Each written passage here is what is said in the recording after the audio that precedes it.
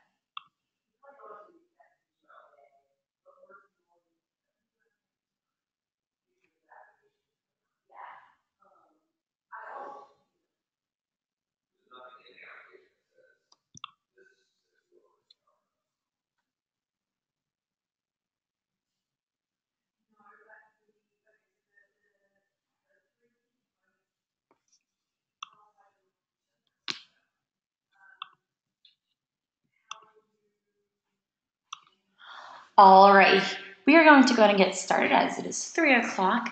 For those of you who are just joining, my name is Abby Alcala and I am with NGPF. We're really excited to share with you this webinar for ins and outs of NGPF resources on Google Classroom, led by Jill Thompson, one of our fellows. And she's going to be sharing with you a little bit more about like how she uses our resources, starting from planning to delivery and then grading, specifically on Google Classroom. So a couple things before we get started is if you have any questions at all, in the webinar control or like your little box, you can actually type in one of your questions there.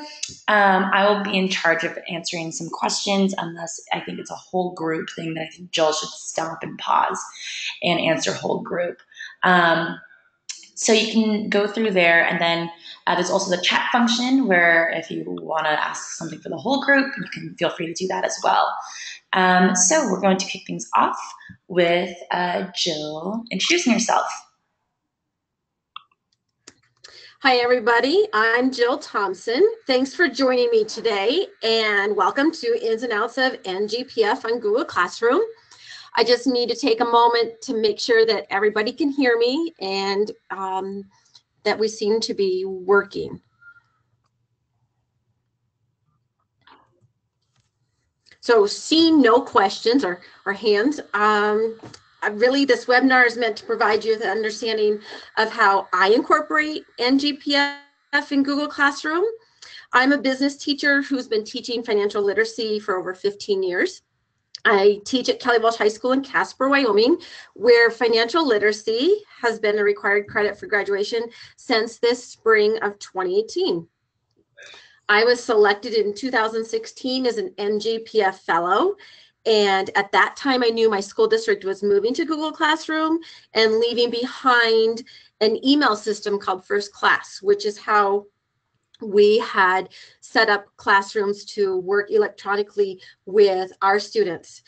And so really there was a huge learning curve, and now I love Google Classroom. I would be really sad if it went away. And as Abby said, she's going to monitor your questions, and I will try to monitor what she's sending me. And I will check on those. So we are going to get started. So on my agenda today is how to cover how to upload NGPF to Google Classroom, how I teach my next gen lessons, and how I evaluate the students, as well as a couple things that I have picked up just this year, thanks to Next Gen's FinCap Friday. and how I have started to incorporate Google Classroom with encouraging students to have true adult-like conversations with their parents. And so to help me get started with today's webinar, I would like to start with 2 polls. My first one with my level of use with Google Classroom. I'm just getting started. I use it, but maybe not to all of my capability or its capability, or I use Google Classroom with ease. So I'm going to launch that. If you will respond.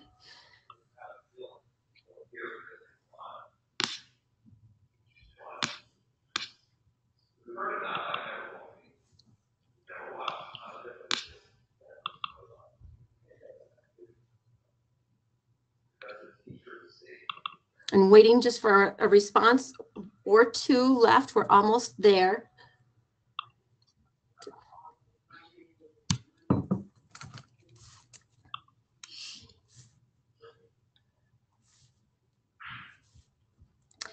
And I will close that. So with 94% of you voting, it looks like pretty shared with I use it with ease, or excuse me, but maybe not in all of its capability, and with just a quarter of you just getting started.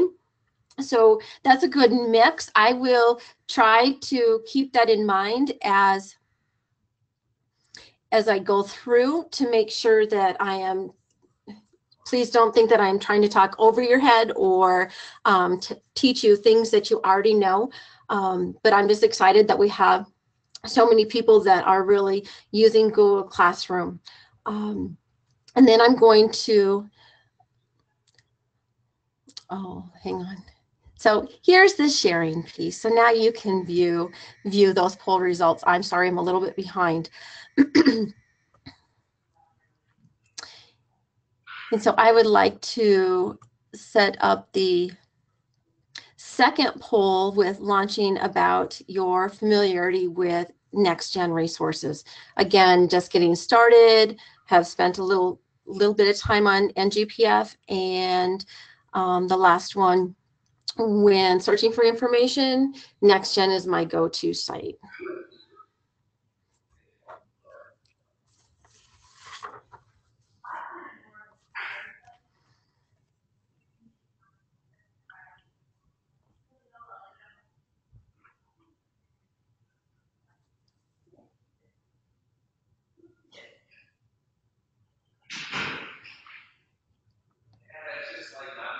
Just a couple more seconds to give everybody a chance to vote if you want to.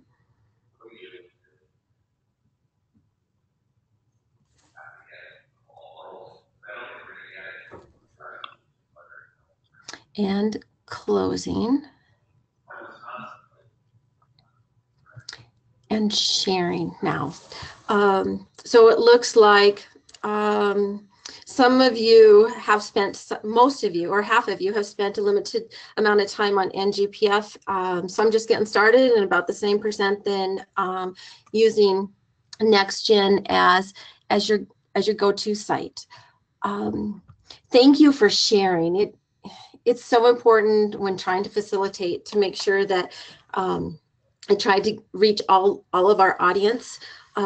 Getting started today, I'm going to talk about searching for a topic on the NextGen site, and looking at the teacher lesson guide and making decisions. So what you see on your screen now shows where I'm headed and the process that I go through.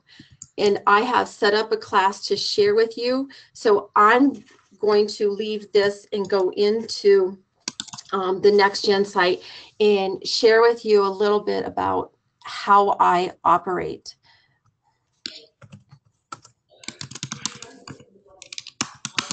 So when I start, I don't do any bookmark saves. I just know that I am headed to NextGen, so I type it in and I start here.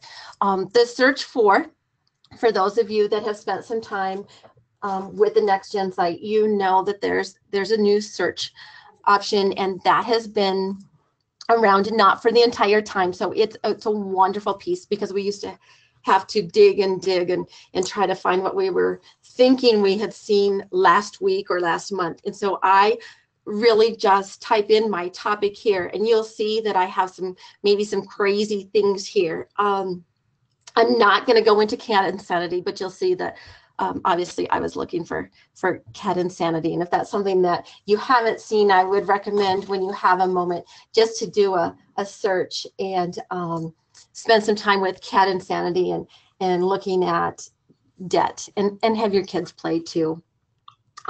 Today I'm going to do a search on taxes.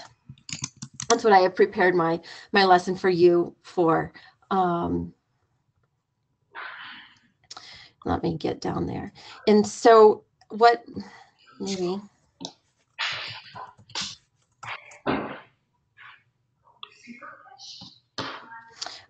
So my search results come up, and I have the blog and the lessons and the activities and data crunch. And, it just continues. I think, oh, wow, maybe that's what I really didn't want to do. I'm going to take a look maybe at the semester course. So I'm going to just view that. You could also look under curriculum and go to the semester course, which is going to bring me to the same place. And I can click to access the semester course map. And of course, here are my taxes. So I just spent some time looking through what I need to eventually get what I want. And let me back up just a little bit here for my lesson guide. And so this is the lesson guide from the semester course, and it's lesson 2.4, how to file your taxes. When I start thinking about what can I do in my class that's different from last semester, what learning objectives did I have that worked well with the kids, that ended with the result that I wanted. I do not use Next Gen exclusively. We had a curriculum basically put together with helter-skelter different things. We don't use a textbook. And so we were used to piecemealing our lessons. We used the textbook more 3-4 years ago. But as we brought on more teachers to teach the class, because it became the graduation requirement, that's about the time that Next Gen started hitting all of our sites, and we were like, wow, we need to start using Next Gen. And so we have the basic units that we use, and taking a look at what they've put together for their semester course doesn't mean that I'm using everything that they have created for me, even though it works wonderful at spur of the moment if I'm really going to be gone or something like that, where I need to plan for a different type of delivery than I normally would work with. I love the discussion prompts, and when I first look at my lesson, I am looking to see, what do I need to do to prep this for my students? Because they all are one-to-one with a laptop or a desktop machine. And I try to do the videos together as a group, or at least get them started. Now in the taxes lesson, it's easy for me to keep the students all together. But when we go to the buying a used car project, I really do turn them loose, and then I interrupt them as necessary to watch a video that is maybe something I want to give more information to, something that is compelling, something where I think we need to have a classroom discussion. And so it really takes at least a one-time through for me to say, oh, this is exactly what I'm going to do with this lesson. But and again, it depends on my students too. Sometimes I will do a discussion prompt straight off of the lesson plan, and other times I do something different. Just kind of depends how my class is. And by the time I get to the taxes unit, I typically know if they're ones that will really share information out loud or if I need to find it differently. But just taking a quick look through this, I see there are a couple short videos, interactive, an article, and then the exit ticket. So of course, the very first thing that I need to do when I get to this spot, notice it says it's view only. That means that NextGen is the owner of this actual document. I go to File, make a copy, and it tries to put it in my drive. And when I first started with Google Classroom, I really knew nothing about Google Classroom. So my drive became very quickly very full and disorganized. So I found out I needed to make folders within the folders. So you can see I have a folder for this year, 2018-19. And I created a webinar folder just for today. And so I'm going to select this folder to put it in. But I do not like the words copy of. And so in my school, we have 4 of us that teach financial literacy. And we, during PLCs, one of the things we try to do is work together to create new lessons, new assignments for our students. And so we began by putting our first name in there, so we knew who created it, and we know really then if we are using a document that another teacher in our department has created. It's pretty obvious that it says Becky instead of Thompson, and as Jill Thompson, I know that I really need to make a copy because I don't want to use hers in case there's something I want to change. And so for today, I'm just going to put the word webinar in front of that so I remember when I go back in there. And so I have that lesson to work from. And there are a couple things then that I double check. I always go through to make sure that the references work, the videos are something that pertain to what I want to teach. The once in a great while, the link has changed. It's just a quick message to NextGen, and they are just so great at updating that piece. I think something, not that I sent in something last week, but somebody had sent something in, and it took just actually a few minutes for that to get updated. So that's a wonderful piece for us as teachers, where we're not going, oh, wow, this video doesn't work, and now what am I going to do? Somebody is behind the scenes taking care of that for us.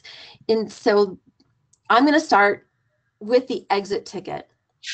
I would encourage you to use it and edit it. So you can see that there are 3 questions, and those might work fine, but there are certain circumstances where those wouldn't.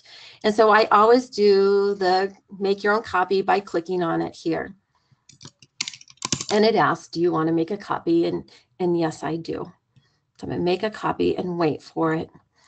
A couple of things. First of all, with the questions, number 2 on this example, you need a W-2 form only for filing your federal taxes and not your state taxes. Well, that probably applies for most everyone, but in the state of Wyoming, we do not pay state taxes. So for my students, that might be maybe confusing, or they might think, well, gee, is that a trick question type of thing. So now that it's my copy, I would change it. And if you give me a moment, I'm going to show you what I changed it to.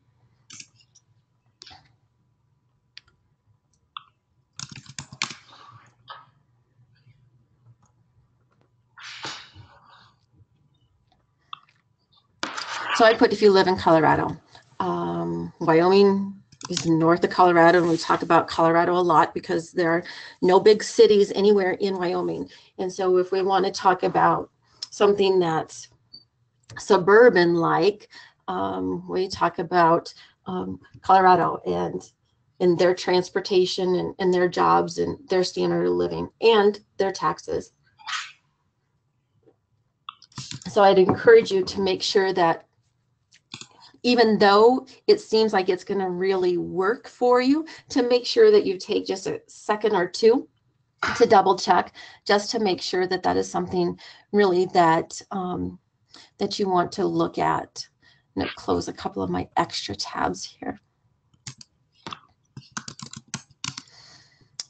And so that's the exit ticket. The other way that I use NextGen differently, instead of just incorporating their entire lesson plan into my lesson, is with a discussion prompt. The question is discuss these or these questions with your classmates or with a partner. And the table share works really well for some classes. In some classrooms, the students really do feel as though they can have a conversation. My classes are 30 students, and if they can have some off-task time, they would love to have some off-task time. And so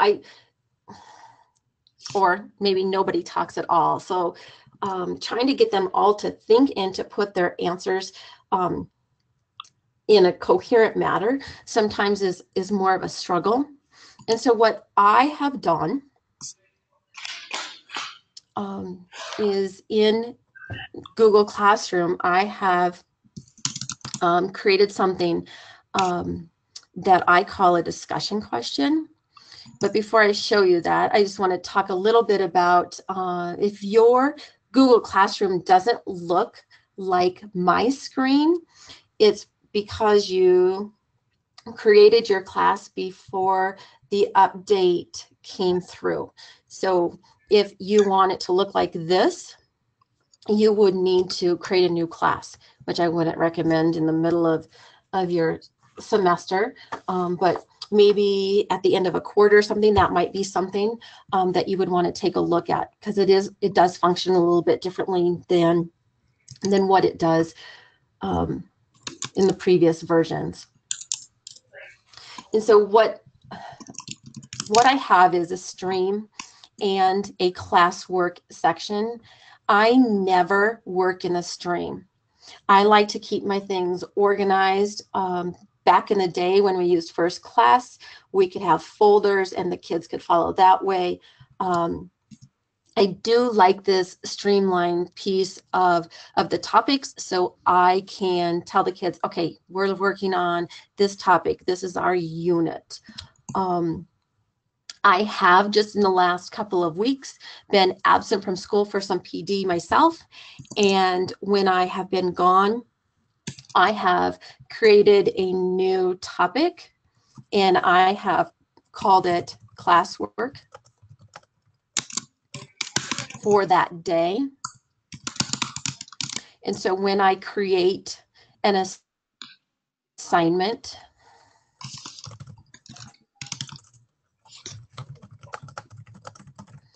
and we'll just call it Thompson is Gone, I have a topic in there and I can put that topic in there, and then the students will see that new topic and I can direct them to go to that topic. And in my subplans, I can say, go to this topic. What happens if you look at the classwork piece is you will see that my new topic went to the bottom. And I'm hoping that Google is going to fix this. I can move it up, and that's what I do. But as the semester is going on and I have more and more topics that I want to leave in there, it becomes an issue of trying to slowly move that up. So when the kids would go to their classwork topic, that they could see this right away. Now they could see that in the stream. And so they would see that new assignment. So I have taught my students how to use Google Classroom to make it easier for them to manipulate without a teacher constantly being there to give guiding words to make sure they know where they're at. But I do try to help them so they could see there that there is an assignment, or they could look at classwork. And I really do try to move it up top so they see that. But I like that a lot. And then when I come back from being gone, if I were working on something with taxes, for instance, if this were the middle of my unit, I could come into this and edit it. And instead of the topic of classwork for 10/22/18, then when I returned, I could move it back to my taxes topic. And so it would automatically put that into the bottom here where it says Thompson is gone today. And I don't call it Thompson is gone today, but they know then that it goes back into that taxes piece. And they don't see this topic anymore then, because there's nothing more in there. But I have found that is a nice guiding factor for the students to help them manipulate through. I typically only do one unit at a time for teaching, but in a little bit, I'm going to talk about the FinCap Friday. And so I have a topic of FinCap Friday and other ways that are non-next gen related that I use Google Classroom. So it's important that they understand how to work through Google Classroom and use it, because otherwise they're like, oh my goodness, I don't know where I'm at. And so I'm going to go back to my taxes piece that I started originally. It looks like how to file your taxes, what the actual lesson looks like. Let me just show you that piece. So it looks like this. That's what the students will get. When I have a class that's not very talkative, or I have a time, especially if I'm going to be gone, or if I have a time where I'm trying to teach them how to communicate, maybe not so verbally, but let's communicate with each other, then I have put together this discussion question, which I can do through Google Classroom. And what I do is just create that question. So I'm going to show you what that question looks like. And I could ask a question here. In this piece, I leave it on where students can reply to each other. And then, of course, you could change if you want the students to be able to edit their answer. And then once I type it in there, I just click on Ask. I already have this one set up, so I didn't want to create a new one. But let me show you what it looks like on a student's Google Classroom.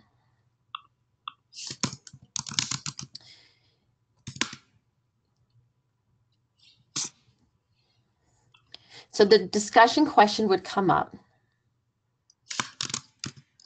And they would see this, and then they would click on View Question. And this is the question. I typed the question that came from the discussion prompt from NextGen. So the whole piece is in there. So if I'm absent, they can still carry on a conversation with each other, even though it's via the computer.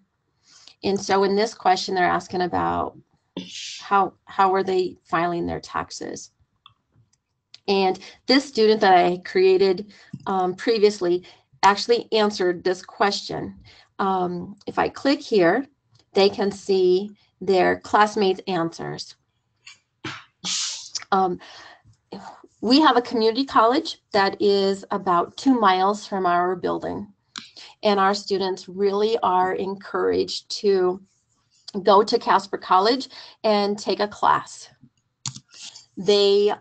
Maybe they could have the choice to do an online class. And almost every class they take, online or face-to-face, there is some sort of discussion piece to that class that requires them to carry on a conversation. And so I think this is good practice for them.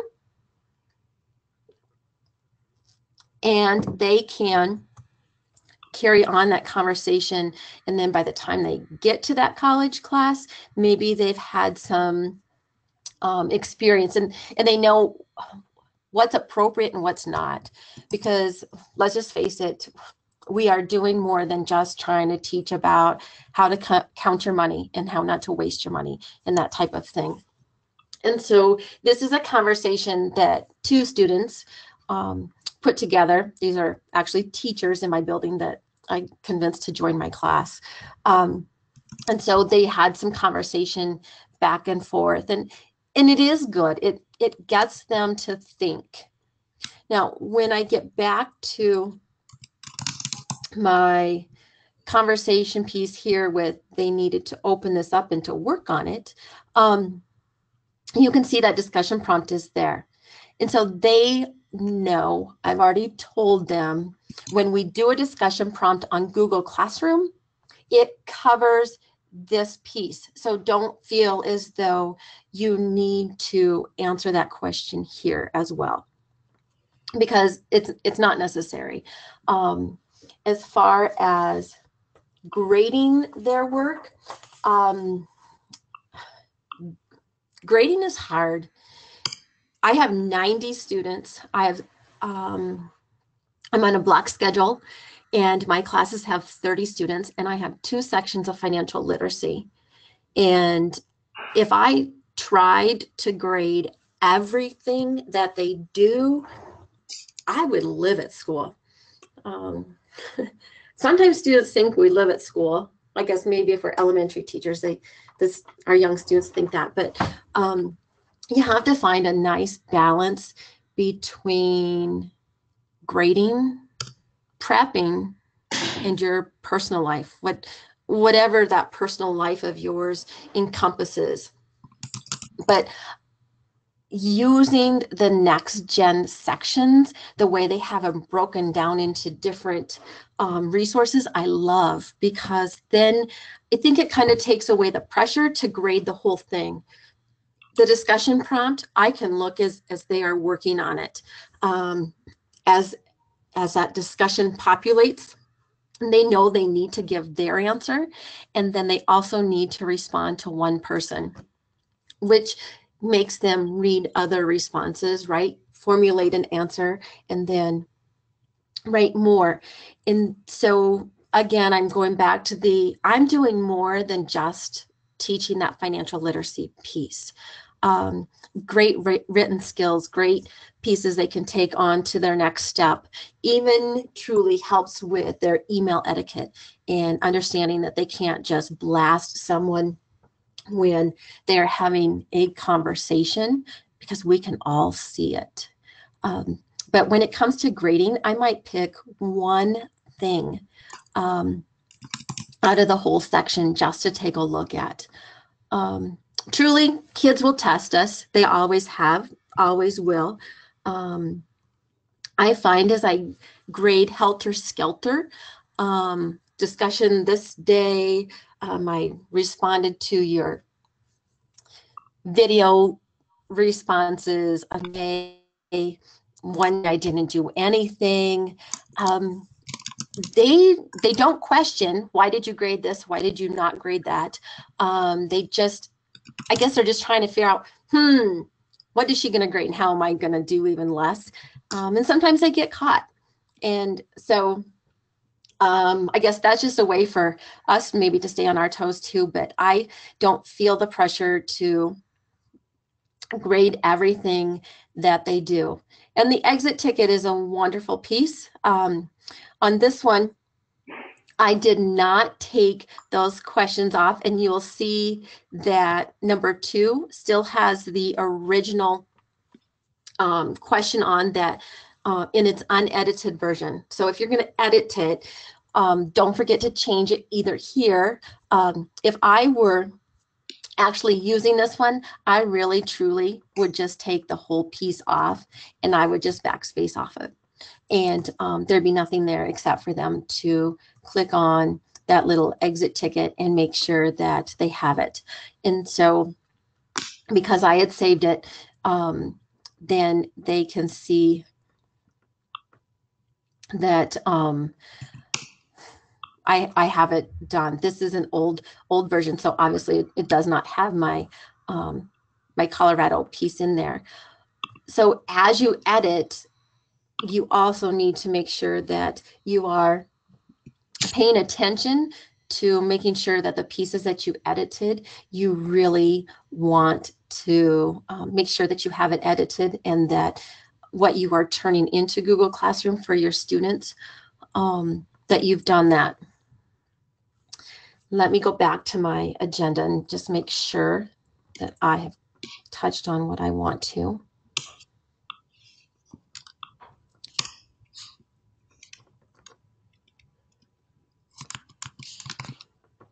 And always remember, if you have questions, send the question in and Abby will take a look at that. I know that about a third of you are just getting started with Next Gen, and most of you have some familiarity with the Google Classroom. So I don't want to take a whole lot of time to talk about the difference of an assignment discussion or material and the title, that type of thing. But if you do have questions because you don't have that piece down, please don't hesitate to send that question in and we will get that answered for you. One thing I do want to talk about with the Google Classroom piece, though, is the assign, schedule, or draft. I have used that. Let me get back. This is my actual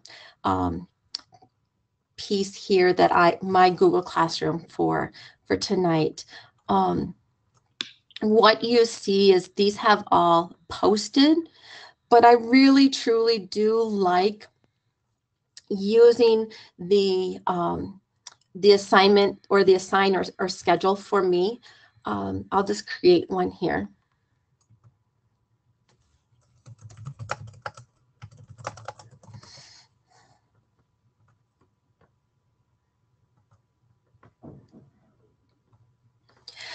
Sometimes I have students who will come to class and at the very beginning of the class, at this point in our semester, every day they are logging on to H&R Block.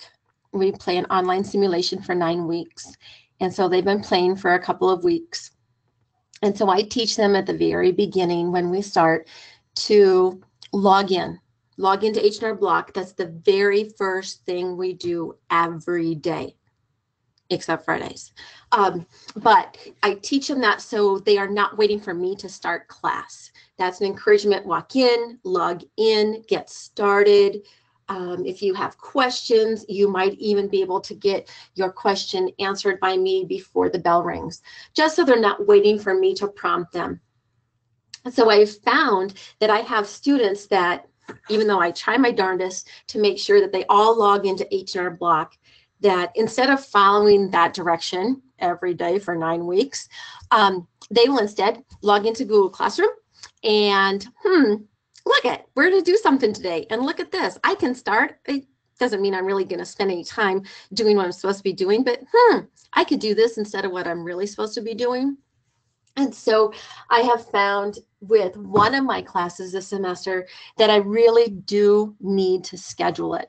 I love it because I can schedule it for today and I can set that actual time.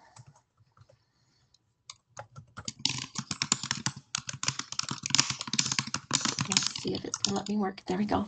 And I can schedule for that time and they will not see that. So I can set it. They can't see it because it hasn't come through on their screen yet. And I can pretty much time if I want it to come 7 minutes into class or 8 minutes or really any time. Halfway through, I'm on an 83-minute block. If I am going to be absent for a day, I don't give them 83 minutes worth of work. Yes, I have a sub, but most of the time, the sub will write on the board, these are the things that you need to do today. And honestly, if I work through the timing process, I pretty much can have them working at specific times during the block, with them filling in something if with another activity if they have something else to do, if they get done early.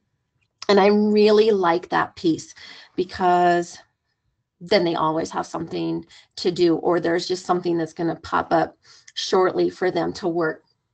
And so I like that piece with the next gen, because I can pull bits and pieces out, just as I did in this taxes unit that you can see here.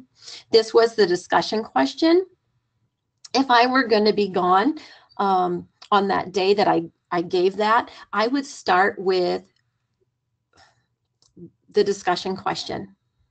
And I might wait to schedule the actual assignment piece for 3 minutes after class started, because I know the sub is going to take some time to get them started with log on to your computers. I might even do 5 minutes. Sometimes I'll do an attendance call out instead of following my seating chart, because sometimes kids sit where they're not assigned when I'm gone. And so then I know that they really are all focused on this one item that I want them to be doing. And so on a typical day, this would not all be populated at once on their screen, because I just like how it works to keep them moving and keeping them accountable. Typically, I will do the video for the entire class before getting them to answer their questions in Google Classroom. And then sometimes it's a free-for-all. You start and you work through it on your own, and you turn it in.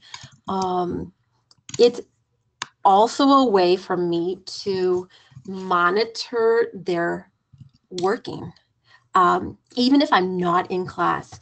My husband had surgery a couple of weeks ago, and I created an assignment, and in my lesson, I'm just going to use this as an example. In their lesson, I had given them a document that they had to open and type on. And this is I'm going to talk about FinCap in just a little bit, but I want to show you what happens. This is assigned. You can see up here that it says assigned. This student has not turned this assignment in, and yet I can see that she has an answer here. So if you create a document, or even in, let me back out a little bit, even in when you create the responses where the students will each get a copy, you can actually see what they are doing without having any other access, no other program running other than Google Classroom to watch what they're doing. And I like that piece. Sometimes students will forget to turn in their work, and it was due. And so I can look and see, have they at least started it? Are they halfway through? I can send a message to them and have that communication.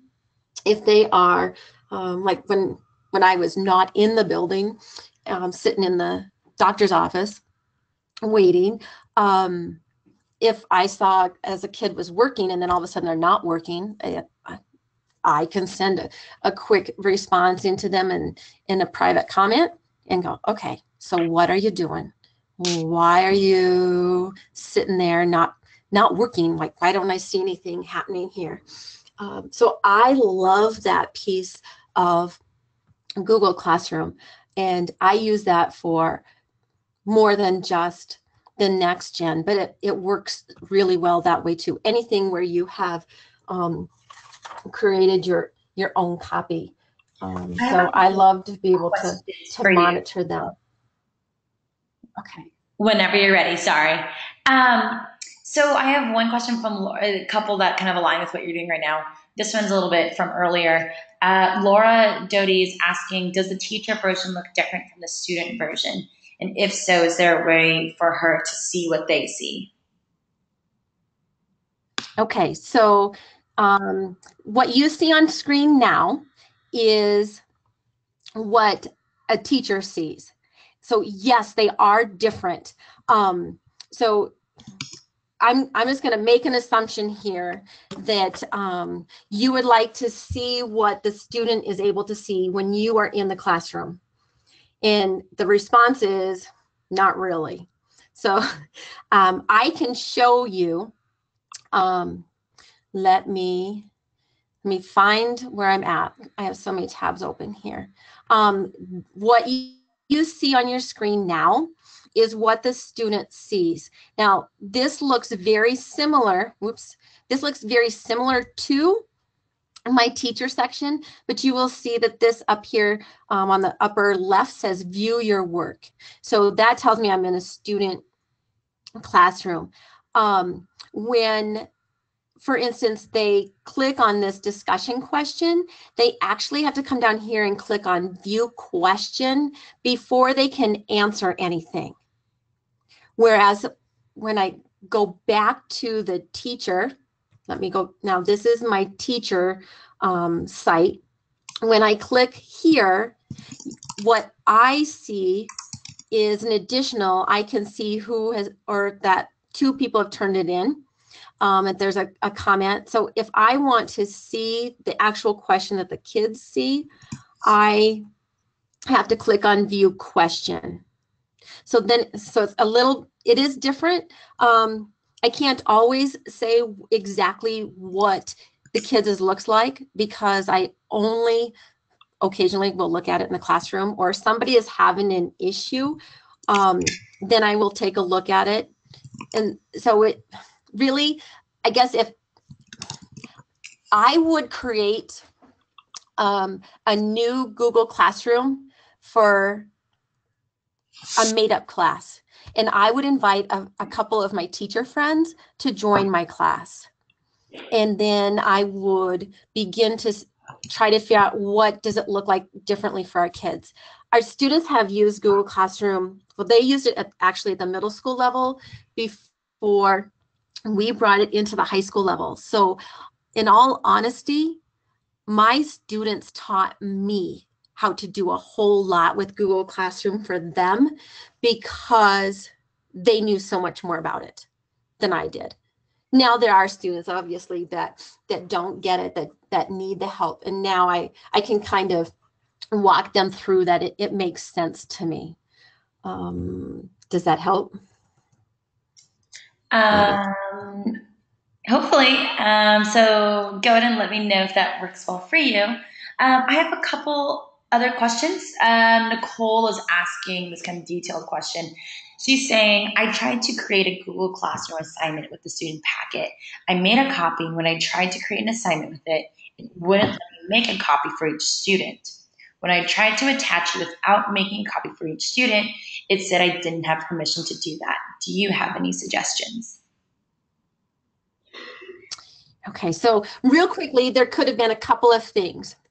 If you couldn't make a copy, I'm thinking that somehow you tried using the actual next gen piece instead of the copy that you had made in your folder.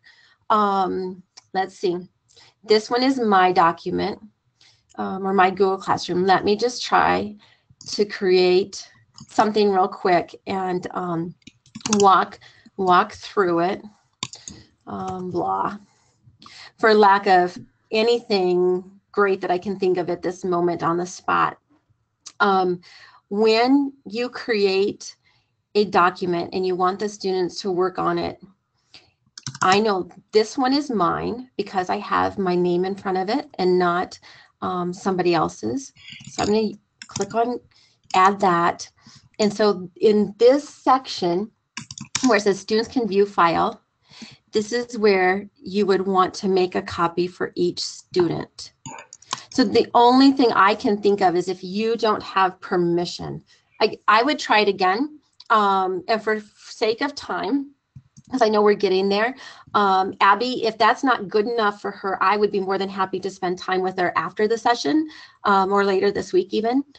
So if we can cooperate and get that taken care of, otherwise that should work. Cool. Hopefully that answers your question. And then there's a couple other questions and I'm going to answer some of them on my own. And then Christine has one question about H&R Block, but maybe we should save that till the very end. So, yeah, so why don't you go ahead and finish this part, and then Christine, and also there's a couple other friends here who have some other questions, but I'll save that till the very end. Okay. All right. So I kind of talked a little bit about evaluations already, just a couple of things. I do actually walk around my classroom with a blank spreadsheet with the kids' names on it, and I monitor student progress that way. I have 30 students. It takes me, depends what I'm looking for, but it could take me 10 minutes to walk through all of the kids if I'm just looking for a spot thing. And that's an assessment. I can do that on the fly. Doesn't mean that I'm doing anything with it other than monitoring maybe my teaching, maybe if I have to cover something again tomorrow or maybe in 15 minutes. But when they are working, especially on the next gen pieces, when I turn them loose, they're all over the board because some kids read fast, some skim, and some read word for word, real honestly, and some don't even want to do it. So you have all of those pieces happening in your classroom. And so instead of sitting up front or standing up front, I get behind my kids and they know, and it's a nice way to carry on a conversation with them too and really monitor their progress, because honestly, with that many students, I really don't know unless I'm really looking at what they're doing. In their lessons, once they've turned it in or submitted it, as the Google Classroom term is, they cannot edit it. So that helps cut down on cheating, because I encourage kids to turn it in as soon as they get it done. And then they don't have access to it. They're not the owner anymore once they've submitted it. And so I like that a lot. Not so much do I use it with Next Gen, because I do like the collaboration piece that Next Gen has, right? Have this discussion, share this with a partner. What did you think about this video? Well, life really isn't all that cubicized, right? I don't even know if that's a word. In a cubicle, kids, adults we're always working with people. And so if they have a thought, it's good to share that. But it's okay that way. And so a lot of my lessons through Next Gen, unless it's an evaluation or an assessment, or sometimes the exit ticket, I tell them they have to turn it in on their own. But I tend to use you've already turned it in and you can't edit it, in a different manner than with my Next Gen. I love the exit ticket. It's done for me. I maybe need to edit it a little bit. I like that. An exam piece, I have several students that need special modifications. And so I like the ability to send an assignment or an exam to specific students. That's an update in like the last year for this. And so when you create that assignment,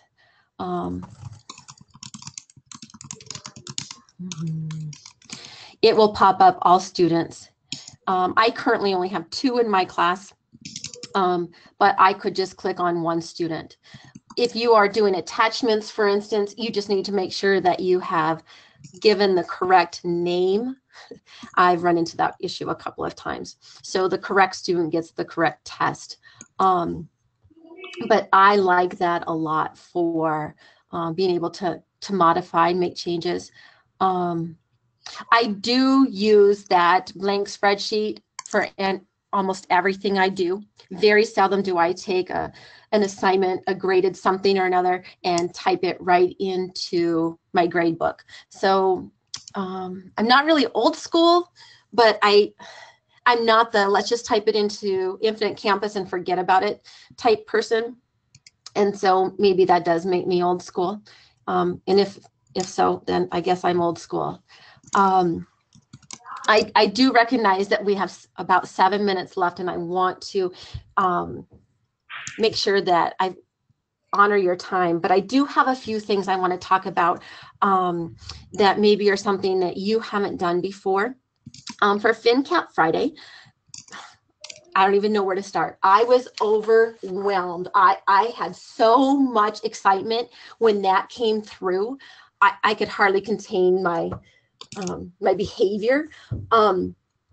When we started PD, you need to know that we have 5 straight days of teacher professional development at the beginning of our school year. And it just about will kill anyone. Anyway, that being said, this year's PD was all on literacy. And when they started talking, I went, oh my gosh, I know what we can do. We can play Kahoot on Fridays with FinCap Friday, and they can write that question, they can respond to that question. And so really, truly, let me get back to my class. Because it is unbelievable. I love it. So we are like 6 weeks into school so far. We started after Labor Day. And I tell you what, kids walk in and they know it's Friday because Kahoot's already going. I created this journal. I called it FinCap Friday. Every student is going to have a copy.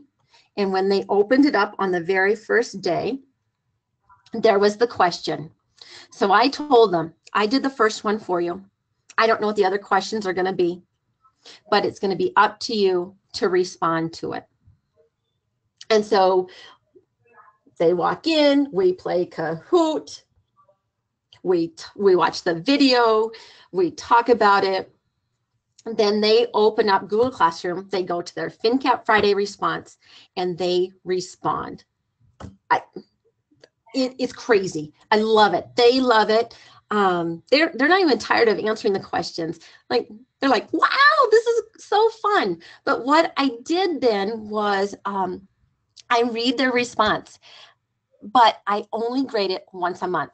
So what I found was when the kids are absent on Friday, and we have tons of kids that are gone on Fridays, then they would miss that. And then the question is, well, what did you do? And how do I make that up? So every Friday after class, I go in and I make a new assignment. And it's very simple. I type in the question, I put it at the top, and then I attach the wonderful 1 or 2 minute video and tell them, respond. And then they have to do it on their own time. And at the end of the month, so on the 28th of September, that was the last Friday of the month, I had 4.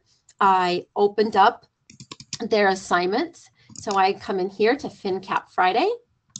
You can see I don't have anybody that's turned it in because this is just my friends that are my friends, but I can look at those that were assigned, and I can look at every kid, whether they were there on that Friday or not. So I have one response here. The other one doesn't have a response, and I can go in and monitor their progress. So as we started the semester at week 2, I went in and I added private comments. Please don't forget to type the question. Please don't forget to date it. please run spell check before you leave this document every week. Please do this. Oh, that's a great idea. I never thought of it. And so they never had to submit it, and I never had to return it because it was a document that I had originally created for them. Love it a lot. I do a parent discussion question. I ask the students to have a conversation with their parents. I'm not sure. I think I have one in here. Let me look. Here we go. Parent discussion question. So here's one. Where I tell them, talk with your parents, then respond by the start of class on Tuesday. So they too, even if they're gone, they have that. They can look at that any day after that's been posted, and they know they have like 4 or 5 days. So I love that a lot. And it encourages them to plan for the future, but it also promotes my class because the kids are coming in or coming home and having real big kid questions and answer session with their parents. And sometimes teenagers get where they don't have anything to say to their parents anymore. And that's a great discussion piece. So I know, Abby, that we are almost out of time. And so if you haven't had a chance to play the payback challenge with your students yet, I would encourage you to do that. It's wonderful. Take a look at it. I think I have time. I hope I have time for the very last poll. If you would please, I'm not done. I have a couple things and we have time for questions, but I do want to honor your time. So I understand if you do need to go, I totally get that. But if you would respond and if you hang on for a few minutes, I would be more than happy to answer additional questions.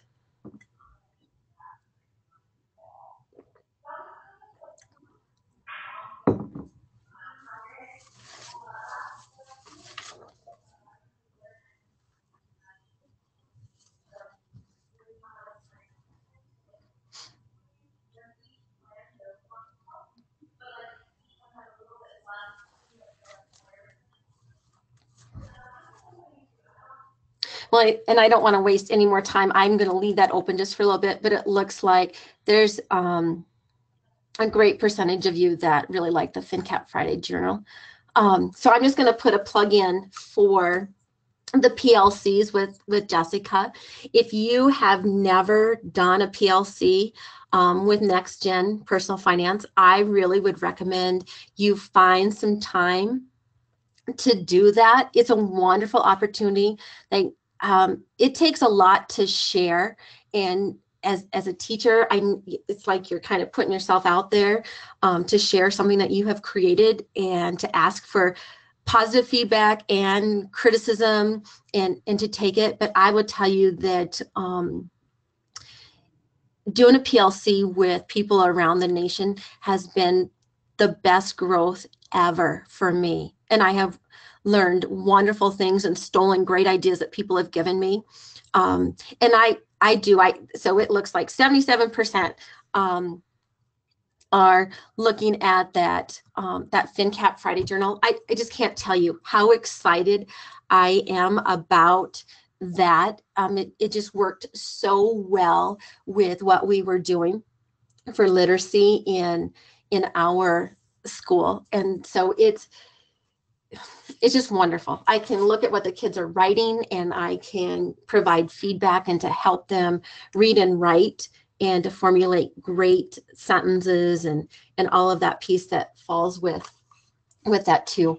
And so thank you for being here today. I have a few things, but if you need to go, I totally understand. But I'm just going to continue to work through. And Abby, is that okay? Yes.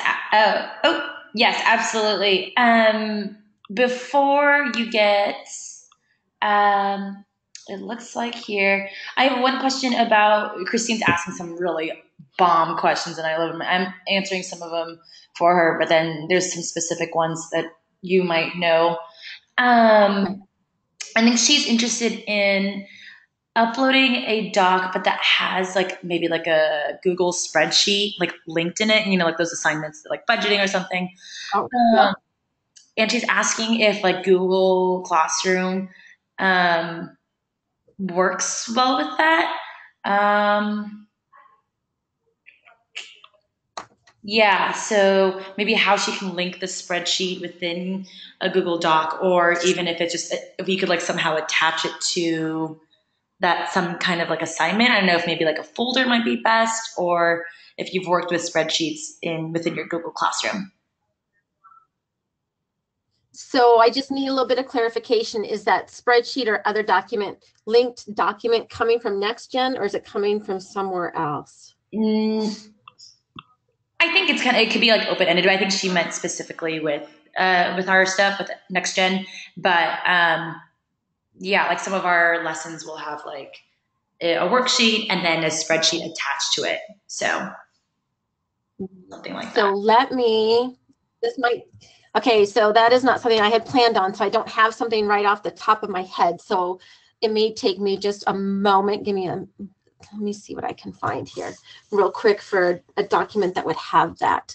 And so I would say, as I'm looking here, I would say that is the piece that I struggle with the most, and that my students struggle with the most, because the blue links are there and it totally makes sense. However, it just seems like, oh my gosh, kind of like me today. I'm like, oh my goodness, I have my Google Classroom open. I have a Google Classroom that I created as another teacher, and I have NextGen open, and now I have all of these pieces, and now I don't know where I'm going. So I feel like I'm kind of spinning in circles. And so I totally get that. And obviously you could see for today's lesson, I chose not to do one that had a link in it, because I tend to get frustrated without being able to make a copy. So I'm looking at my desk here, and I'm looking for an example. So one of the things that I have done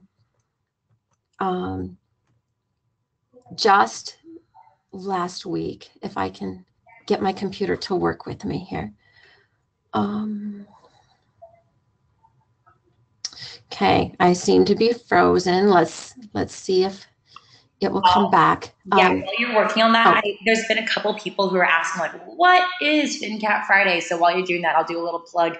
A little explanation about FinCap Fridays is it's just a really great way to bring current events into the classroom. So every Friday, we post a 5-question Kahoot.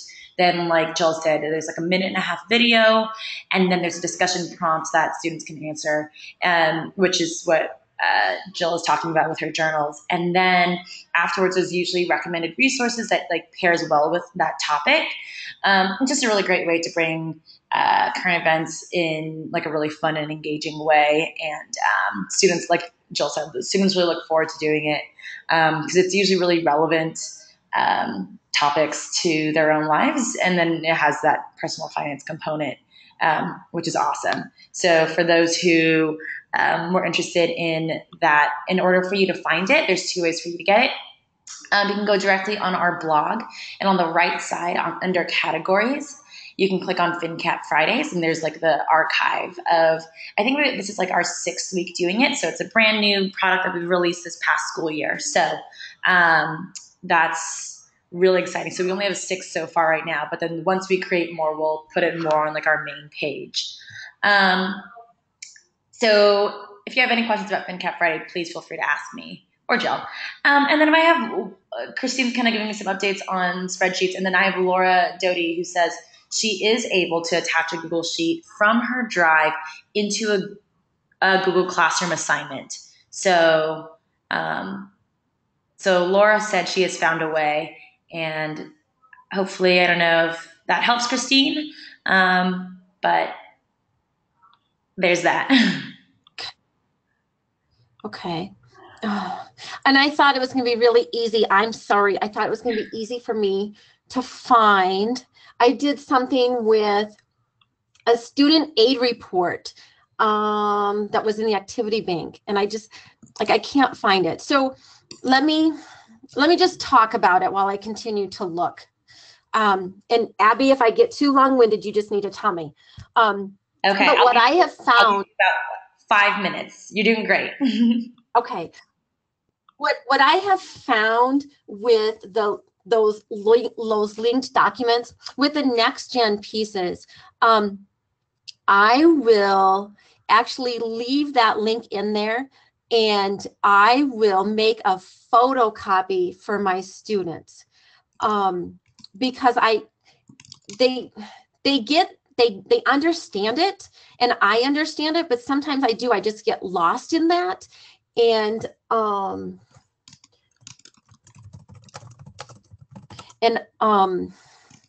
it's easier for them to handle a paper copy instead of flipping back and forth. I believe this is it. I think this is what I'm looking for. And so, yeah, I waste paper, so I'm not a paperless classroom. I try really hard, and NextGen has made this fabulous for me. So in this example, this is analyzing a student aid report, and you can actually find this. This is, and Abby, maybe you would be able to answer this for me too. I know this is resource number 10 on a lesson that the kids do. I just, off the top of my head, I can't think about where it is. But this is something that I print because it could be a standalone, but it's also linked somewhere to another document. And so the kids have to read this student aid report, and while they're reading it, then they need to answer these questions. So I printed this out, and I told my students in step 10, I wish I could remember where that was. I told them in step 10, you need to get a handout from me to answer these questions, but do not submit your assignment until you have answered that. Okay, I'm gonna cheat. Don't look. This is my actual piece, but so it's called the Fafsa activity packet. So packet 5.2, and so this will show you what I have here. So this is the Analyze a Student Aid Report, is number 10 here. And I changed the directions here. I wrote, follow the directions on the worksheet to complete this activity. And you need to click on the blue Analyze link to the left, but ask for a printout of the paper. And then using a pen or pencil, write your answers on that sheet. So my students actually worked through this entire piece by watching the videos and reading the articles and answering the questions. But then, yes, there was something linked in there, and I went, yeah, and it's just too much. I want them to be able to handwrite. They can turn it in, so then they could click on it. And this is then what I was showing just a moment ago with that student aid report. I try to keep it simple. I try to keep it engaging. I work with all kids. We get them all. It's a graduation requirement. And so that makes it a little bit different than when I was an elective teacher.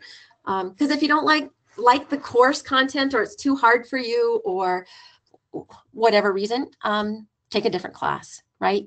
And so I try to make it simple and easy for those kids and me, and to make it a pleasant, enjoyable time for all of us. And yet they get some great things from it.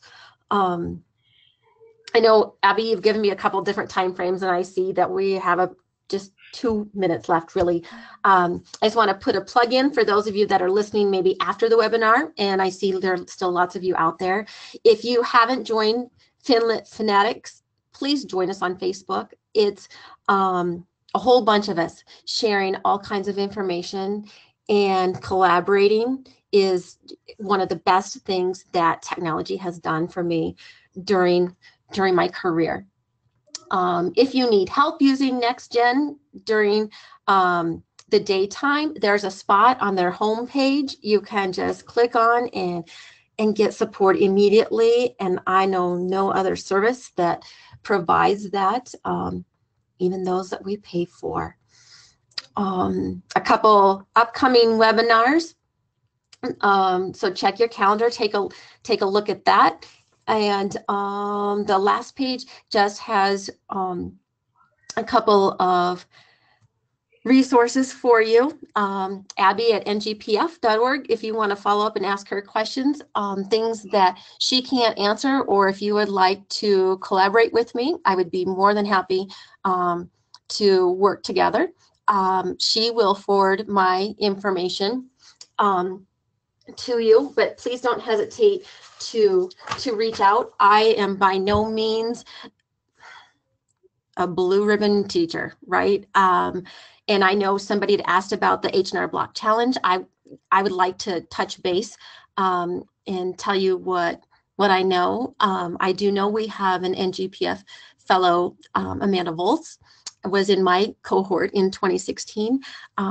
If you really want to know how to win, you have to ask her because she's had several winners. I just participate, but I would be more than happy to share any information from that I have learned that's good for our kids. But thank you for joining me. I had a great afternoon, and stay in touch. Awesome. Thank you so much, Jill, again, for taking the time to really help other teachers out and using Google Classroom. And for those who are still here, thank you so much for staying the whole time and for listening to Jill's advice. And again, just like she said, I will be following up and I'll be sending you guys all certificates for some of the online PD as well as the slide deck for this presentation, as well as a little bit, Jill said, her contact info. And if you have any other questions, just as you said, please feel free to reach out and we are here to support you. Other than that, have a wonderful Monday afternoon and we will see you next time.